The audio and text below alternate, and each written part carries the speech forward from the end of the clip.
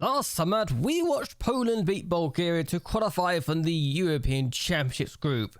They have got Serbia in the next round, which we will be watching at some point today. Today though, we're previewing the season.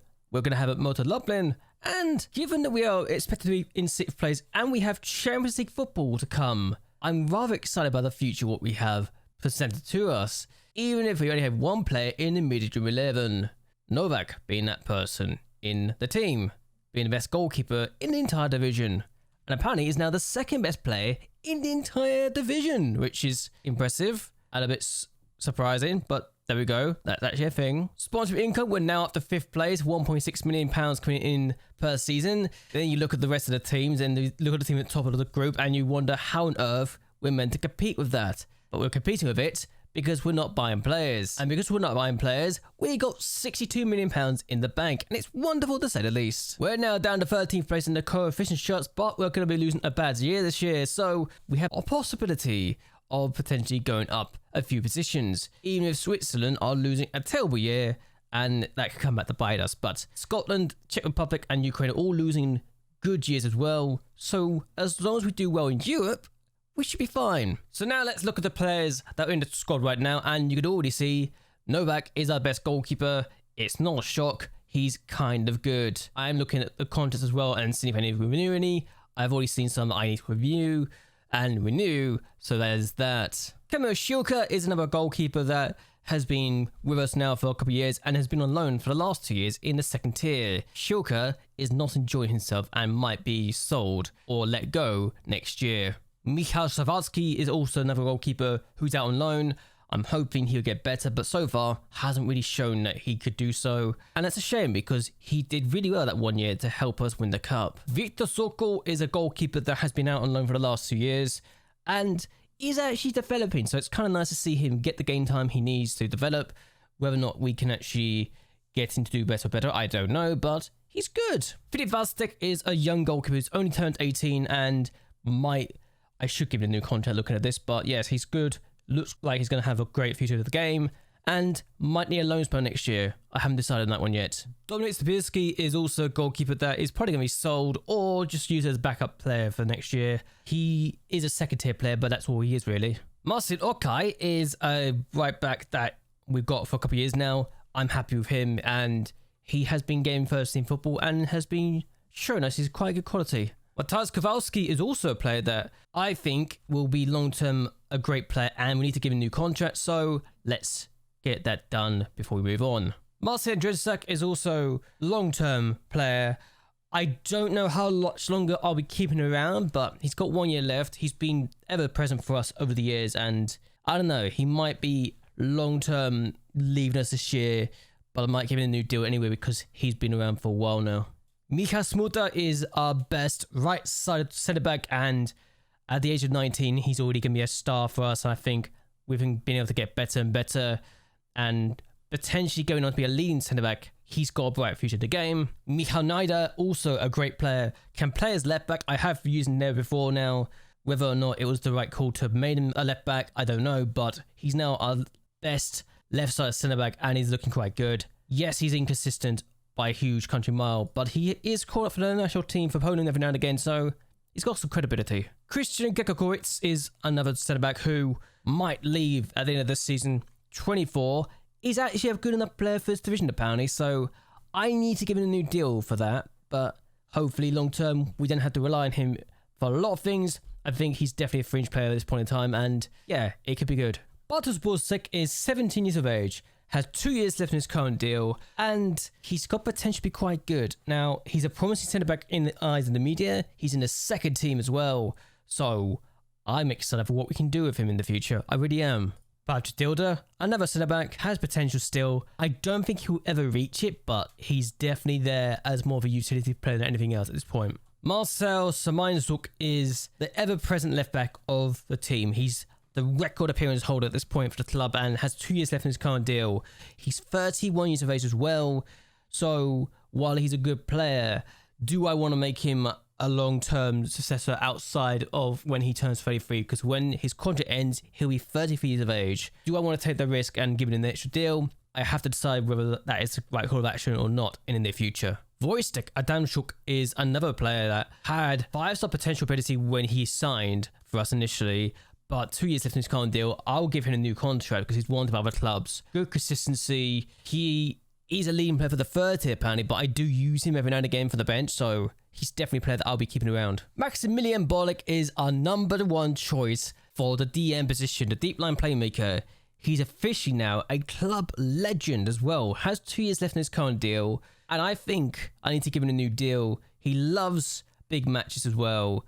He's not consistent, but he's very important to the team at this point.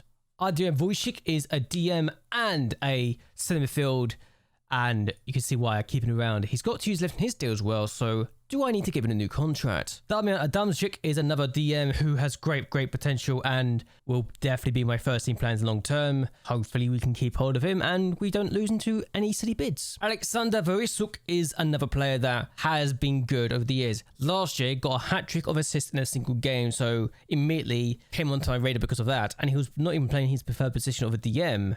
He was playing as Mazzala, I think it was at the time, so that shows how good he was. He's very consistent, he likes big matches, and what am I not liking about this guy? What can I not like about the guy? Maciej Szymanski is another player that has got good potential over the years, but hasn't really shown it. He's been on loan for the last couple of years to clubs around the country, but yeah, I think given the chance he could do quite well. Decent Mazzala, can play as a deep line playmaker as well. And again, one of those players that has good potential. He has a year left in his contract, so do I give him a new deal? Murray Szczecinski is another player that has great potential and is definitely showing great improvement right now. He does try to play his way out of trouble, so whether or not that's a good trade for DM, I don't know. But box to box or Mazzala, he could be useful there. He's only 17, he's playing for the second team, and I need to give him a new deal. So Hubert Karanlik is the next person we're going to talk about. He's in the midfield and looks good. He only has a 2-year deal. I think he's got an extra year extension, he does. But I want to keep him around for the long term, I think. Even if he's only a decent player, he's been useful over the years and can definitely improve. If we get the money that he's currently valued at, then I might be willing to look to sell. Simon Smalek, who apparently in English means Simon Lard. I don't make the rules of the translations. It's funny to me that Simon Smalek is Simon's Lard. But yeah, Simon Smalek, 6'3", 3 years left in his current deal. Looks exciting and could be great if his potential is anything to go by, so I really hope he becomes that good. Can play as a Mazzala, can play as a box-to-box, and I look at the finishing, his first touch, I can see why he would be doing that. Happy with what he can do. Now, we're going to go look to the right wing, and you can see a load of players here already. Shegorz Palak is an exciting player. He's got a year left in his contract, but he's also been paid 8.5 grand a week, which I'm starting to wonder if he's even worth. But he's been around for a while. He's liked by the fans, likes big matches. Inconsistent, yes, but he's done well in the past. So if I can get him on cheaper wages, that'd be good. Bartłomiej Davidowicz is the up-and-coming star for us. Got 4 goals in 10 games last year, and I'm very excited for what he can do. The fact he was mostly playing as an inverted winger makes it even more impressive, especially when he can actually be a striker for us, so very happy days. Jakub Nowak is also a player that can play on the right wings as an inverted winger, but isn't as good. Has been out on loan last year. I don't think he had the best of years, but he could definitely improve. Whether or not he does, I don't know. Dawid Wojciechowski is a player that we've had on our books for a couple of years now, since 2019 in fact, so he's been around for a while. On loan again last year, for the first time in his career, he did okay. He's a striker, but also could play as a winger, so question is he worth it? I don't know, but he's got a year left on his deal. I'm thinking of giving him a new deal anyway, because I think he can get to that potential of a leading player for this division in the future. Whether or not he does, I don't know, but another loan spell might be needed for him. Sebastian Gutkalski is another winger who's got great potential. He's got 4 years left in this kind of deal, so he's definitely wanted by a lot of teams as well. So he's definitely got value, but can he get to that potential? I don't know. I probably need to send this guy on loan this year. I really do. Dominik Milanowski has potential. Needs a loan spell. Absolutely needs a loan spell. I think if he's to get to that leading player potential that he's got, he needs to get some football very quickly.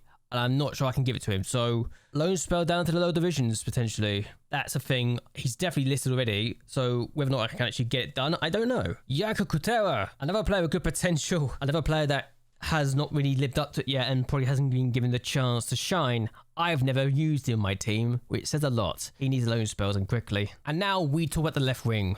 If you want to talk about players being overpaid, Alexander Supreme is the highest paid player at the club and he's getting paid 19 grand a week. I had to give him a new big contract deal because of the clubs wanted to sign him, but do I regret giving him the money now? Yeah, I kind of do actually. Jakub Selinski, though, is still young, 2 years left on his current deal, has great potential, and is one of some of the bigger teams in our country, so definitely has a future for us. Camio Pietron is another player that has good potential, and I'm not concerned about losing him though, so happy days. Christian Kimmich, now 17, not wanted yet by any club, but can be a striker, as an advanced forward, or an inverted winger on the left. I'm happy with this guy. I think we need to give him as much love as attention as needed. When he turns 18, he needs football and quickly. Whether or not I can give him the football he needs to develop, I don't know yet, but I'm really excited for his potential. Now the strikers, Dariusz Jasinski, wanted by clubs around our country, and I'm going to be interested to see what happens here. I'm going to give him a new contract either way. He's very much light.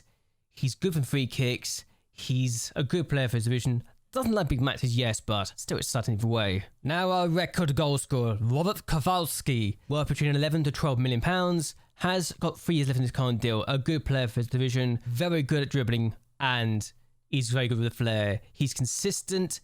He likes big matches. He's liked by the fans.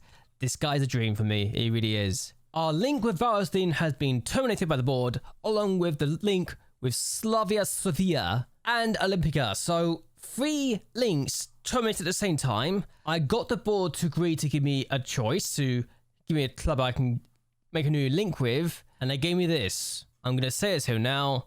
I'm rejecting each and every one of these links because I don't think they're good enough for what I'm looking for. So what we're going to do is go forward. I will terminate the link that they do agree with if they decide to go for one of those teams. We also have the Super Cup final against Wisła's Kraków, and I'm hoping we can win this game to win our first Super Cup final since 2030. So it'd be nice to actually get this under our belt for the first one in many years. It's been a longer drought for this trophy than it has been for any other trophy so far, and I like trophies. I like winning. I mean, you should know it by now.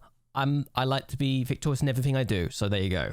Okay, so we've actually got to the next Poland game, and I just seen that Wales just knocked out Italy in the Euros in the second round. So yeah, Poland's going and taking on Spain. I'd like to think we can win again. We have 2 players in the back line for us this time from our academy, another 2 player in the further forward. But yeah, Poland and Serbia. This is going to be a fascinating time. And I'm really curious to see what they can do in this game. Because I think Poland have what they take to beat Serbia, even if there's literally a highlight immediately. So this could be interesting.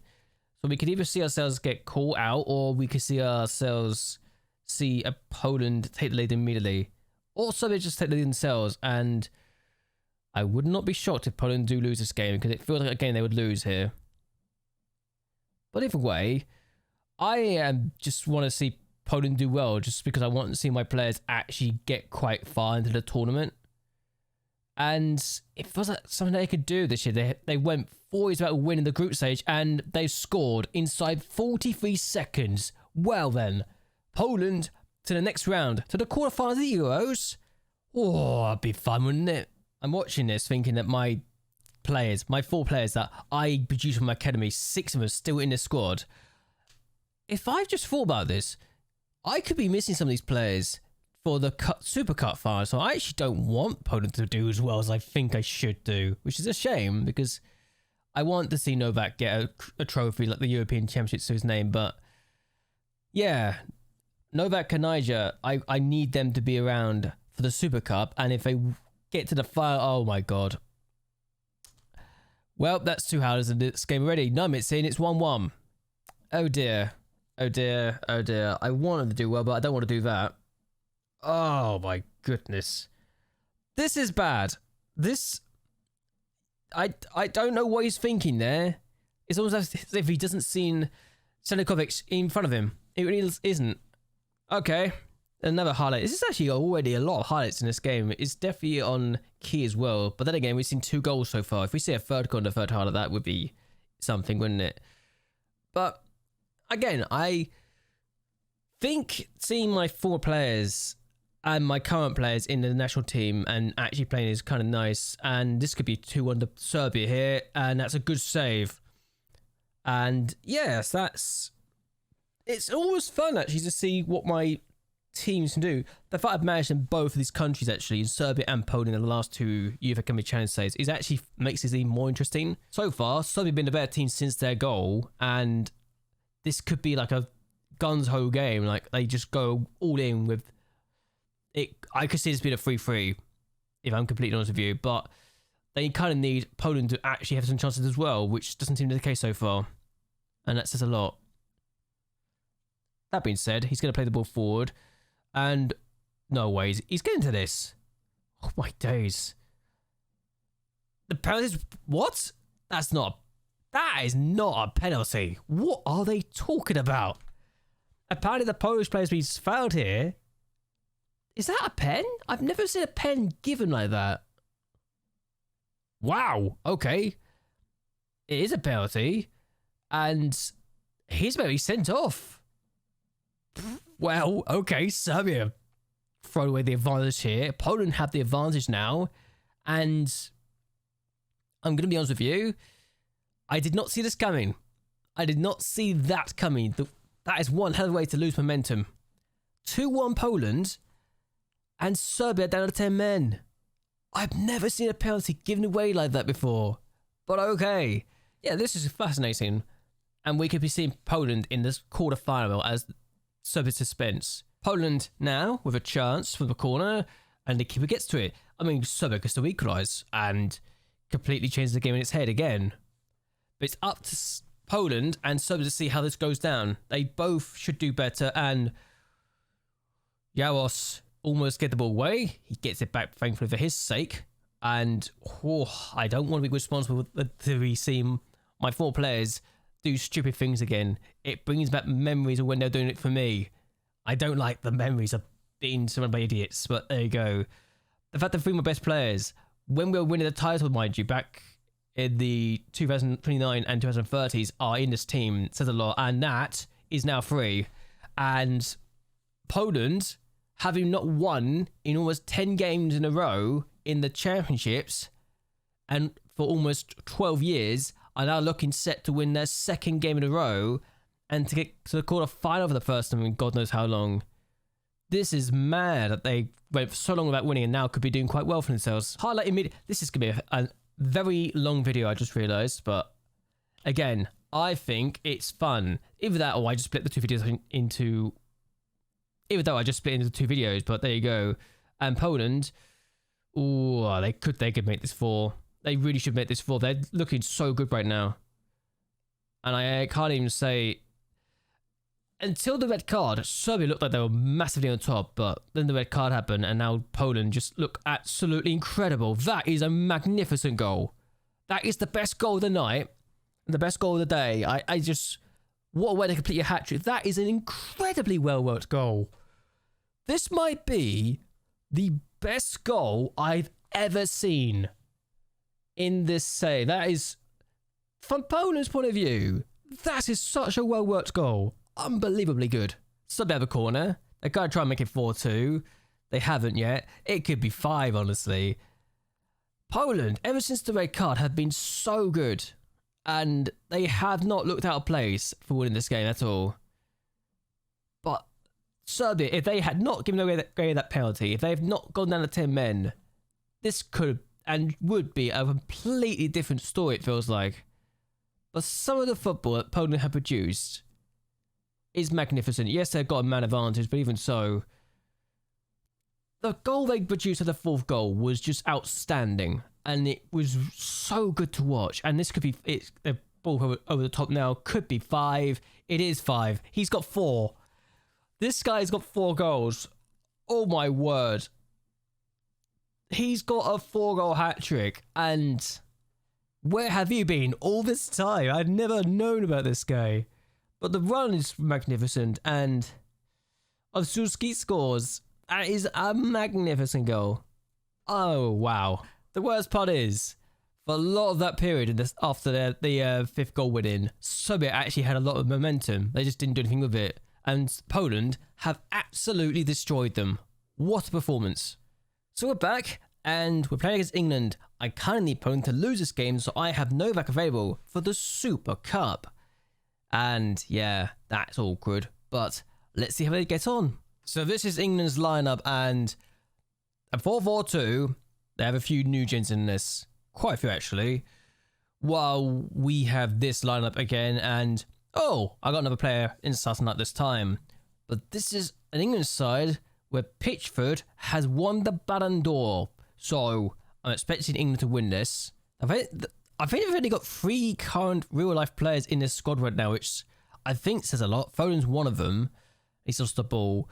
I think Archie Gray's another one. So Archie Gray's another one along with Bellingham and Saka. And Saka scores inside 8 minutes. So there you go. 4 players who are real in this team, and one of them just scored. That's all good for me. But yeah, it's not surprising that they're doing as well as they are. And this is a ridiculous team that England have got at this point in time, but they're always going to have some good teams. It's just a matter of whether they can be stopped or not. England got a free kick. This is normally the time you see a goal scored, isn't it? And Phil Foden's to take it. If he scores, that's 2 real players scoring, and it wasn't scored by him, but it's been cleared away for as best they can right now. But it was almost 2-0 England.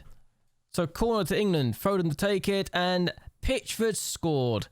Daniel Pitchford, who is ridiculous in this game, has made it 2-0 inside 27 minutes. Unbelievable. And if I have to be honest with you, we're going to look at Pitchford afterwards, and you're going to see why this guy is a monster. So England have got a throw here. Pitchford finds his teammate, and there's Hughes, his strike partner. Plays it across to find Saka, doesn't find him. And you've got to say that Pitchford should make that free. So surprising, you wouldn't think this, but this has actually not been completely one-sided. It's just the highlights are one-sided, and that's a shame. But yeah, England got 2 goals. They're going to win this game. And I'm just going to show you Pitchford now. That's Pitchford. 29 of age, 400 grand a week. Now you see why this guy's won the Ballon d'Or, can't you? He's ridiculous. Poland have a throw. Hello. Poland actually could do something here. And this guy got 4 goals last time, and he's got an assist. Kaminski scores. It's 2-1. England have conceded inside 2 minutes second half. This is not over. I'm actually shocked that the throw-ins worked, and it's a really good routine, and I'm more surprised that nobody got there first, but England 2, Poland 1. That being said, England going to come back and get a 3rd goal, especially if Jaus is going to give the ball away to them, but actually Poland have the ball again. There's no way they're going to get an equaliser, is there? Oh my god, they might actually get an equaliser. They've got an equaliser. Oh my god, Poland have equalised. What? How has England blown a 2-goal lead inside 6 minutes of the second half? That is mad.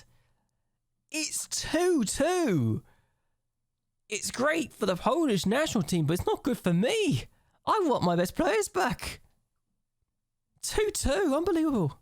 Also, he's never offside. Why was this even going to VAR, honestly? Have I just reversed cursed England here? Because normally, when you look at their best player, before match, they tend to score. But because he's already scored, and it's already 2-0 up, and I've looked at their best players, does that mean I've reverse cursed them? I doubt it's the case, but I just want to have some fun. But if England make it 3-2, then fair enough. Oh my god, this could be 3-2 Poland. I kind of want this to go a Poland win, but at the same time, I want my best players back, and it's 3-2 Poland. Poland have come from 2-0 down at half-time to lead 3-2. Oh my god! This is actually happening! I mean, it's a great ball for my former player to get the assist, but I won! This is not good for me!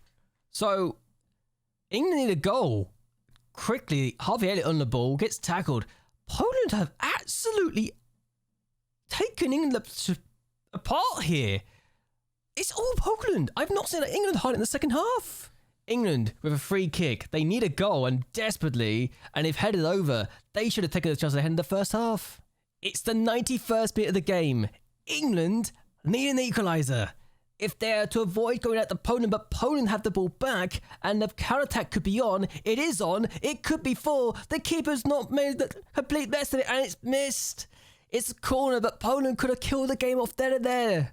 and Poland have knocked out England, but their backup goalkeeper, my first choice goalkeeper, and my best left-sided centre-back is going to the next round, but I'm not going to have them for my Super Cup final. Oh my god, this is bad. This is actually bad. Great for Poland, but bad for me. Poland are in the semi-final of the Euros. They've knocked out England, and I've just watched it all happen before my very eyes. Belgium knocked out Wales, which means I think it's Belgium and Poland in the next round. No, it's Portugal. Oh my god, they get Germany or France. They get Germany or France. Oh my god. I don't have my best goalkeeper or my best left-sided centre-back in the Super Cup final. So this is awkward. I'm getting this here. I hope you guys enjoy yourselves. I hope you guys like and share this video and subscribe to the channel. Really does help me a lot. Am I in a bad position or what? Good lord. But either way, until next time, goodbye and, well, good night. Oh my god, I can't believe I just saw that.